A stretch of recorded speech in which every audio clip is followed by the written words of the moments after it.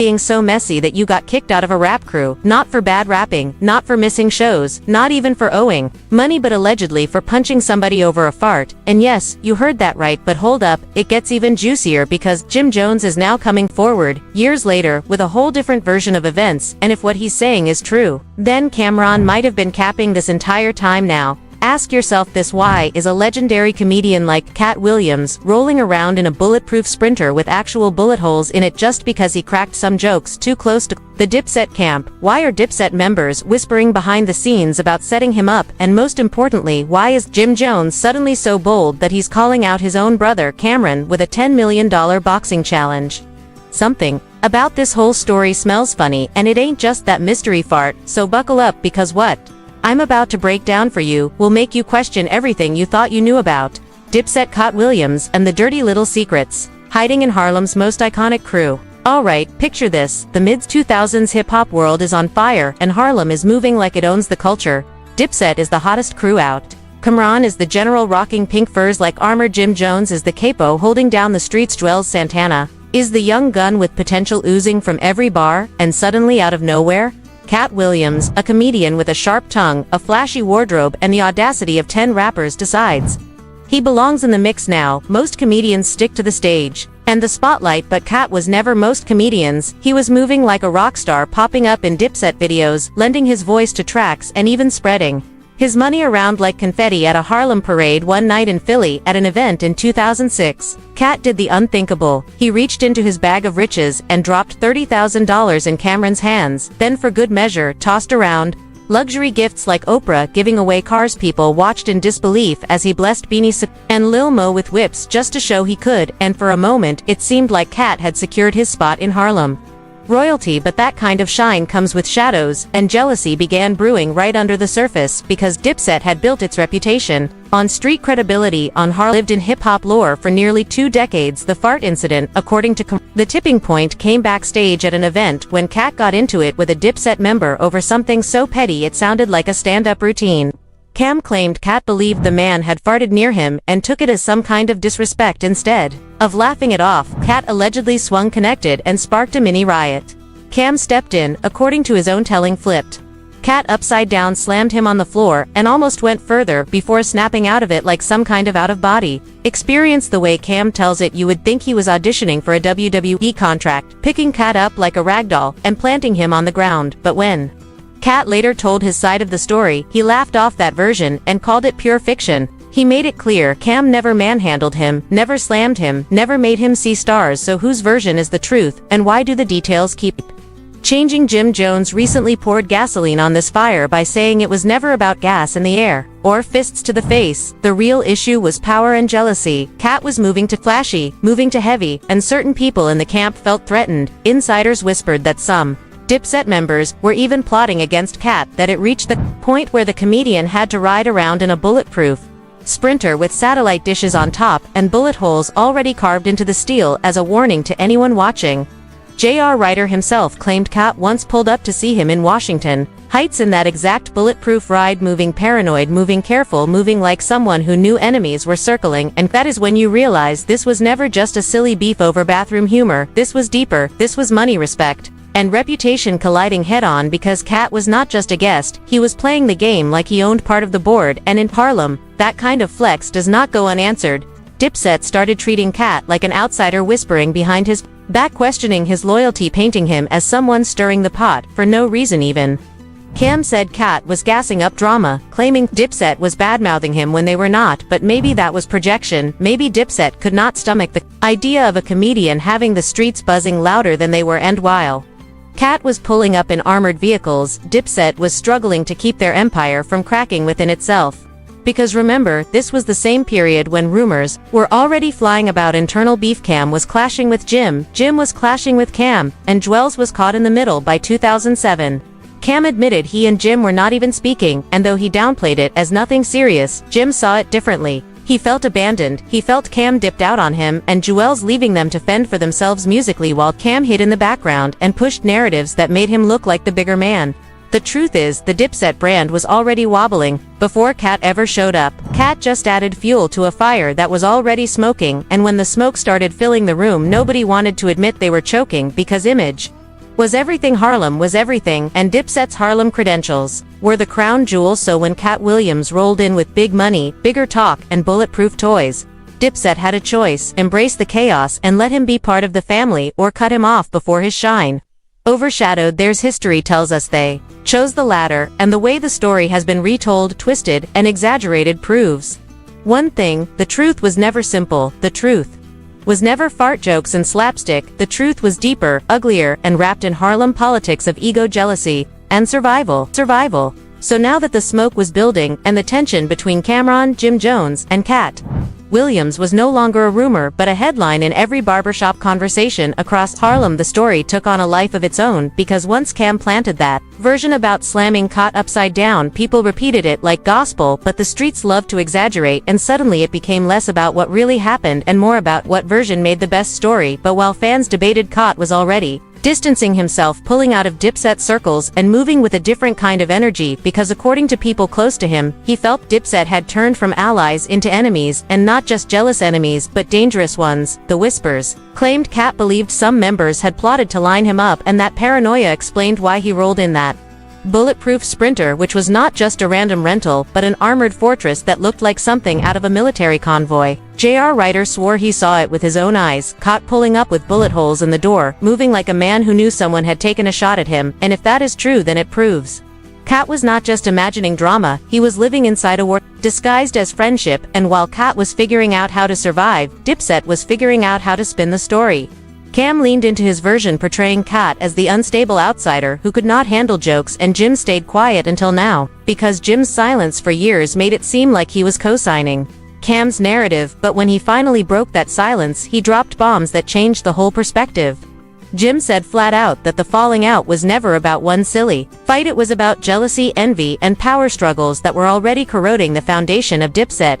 He pointed the finger back at Cam, suggesting that Cam's ego could not handle someone else, especially a comedian, stealing the spotlight. And once Jim said it out loud, it all made sense, because Cam has a long history of rewriting stories to make himself the hero. Remember when Jim and Jwels stood on stage with 50 Cent during Cam's beef with him? That move created cracks so wide they could not be covered with a pink fur coat, and that was before Cat was even a factor. So by the time Cat got involved, the crew was already divided. Cam wanted control, Jim wanted recognition, Jwels wanted freedom, and Cat just wanted to move like a boss. And when all those agendas clashed, the result was inevitable. The family portrait was broken beyond repair, and the fallout is still echoing today. What makes it more dramatic is how public perception was manipulated.